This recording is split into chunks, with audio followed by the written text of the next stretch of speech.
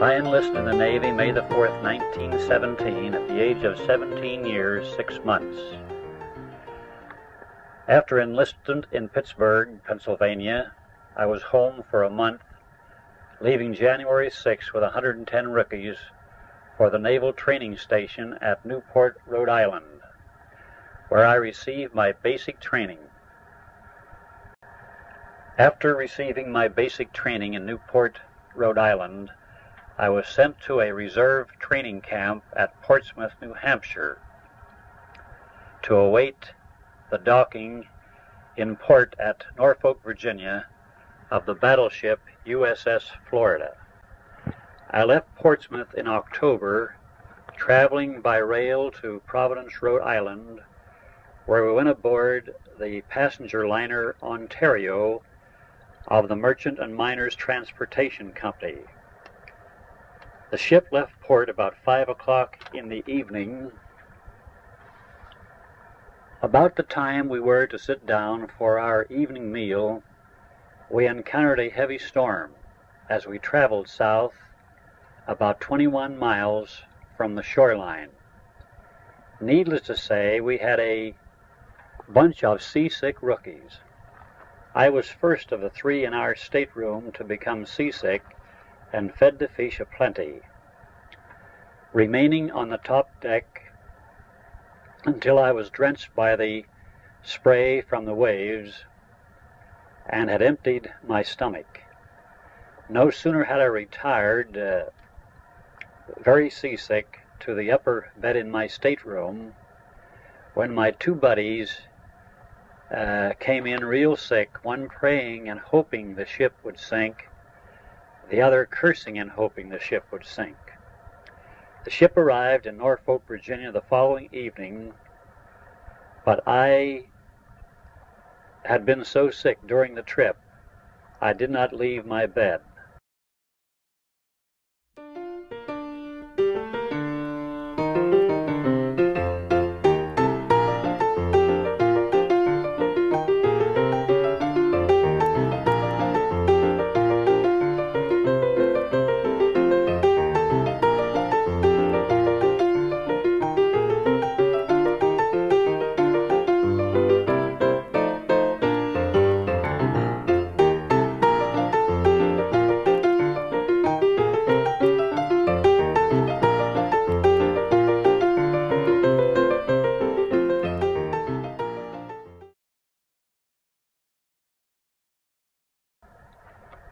The Florida was in dry dock when I went aboard.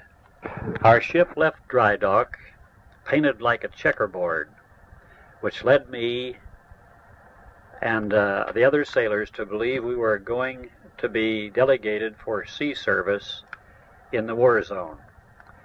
The Florida left Lynn Haven Roads, Virginia, near Yorktown, November 25, 1917, along with the following battleships of Division 9 of the Atlantic Fleet: the New York, the Wyoming, and the Delaware. We set sail under sealed orders, which were not revealed until we were a couple of 100 miles at sea, when we were told we were headed for the Orkney Islands, north of Scotland. We were not at sea more than 3 hours when we encountered a terrific storm. In fact, it was a hurricane. When our squadron of ships hit the storm, we were traveling in line formation about 100 yards apart. We were in the storm almost all the way from Lynn Haven Roads, Virginia, to Scapa Flow in the Orkney Islands. It took us 15 days to make the trip in very heavy seas. The waves rolled up alongside our ship like mountains. Despite the fact that our ships entered the storm together, when we came out of it, there was not one ship within 100 miles of the other. Many days we were not making any headway, even though the engines that were propelling us at a rate of about 30 miles per hour. Many of our crew were seasick the entire trip, and at times we scarcely had enough men to man the ship. I was a member of one of the 5-inch gun crews, which was a secondary battery. These guns protruded from both the port and starboard sides of the ship, and as we were traveling in heavy seas, it was necessary to put in place these gun shutters to keep the water from flooding the gun deck, which was the first deck below the top one. This was quite an experience, especially for us, as we were all rookies.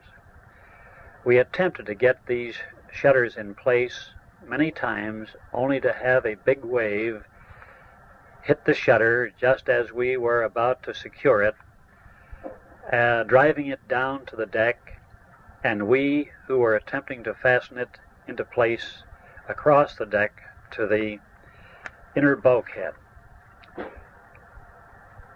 All of we sailors assigned to this task were soaking wet. I was wet and cold, as were my seaman friends. After laboring for a half hour or more under these adverse conditions, I decided to steal away, change clothes,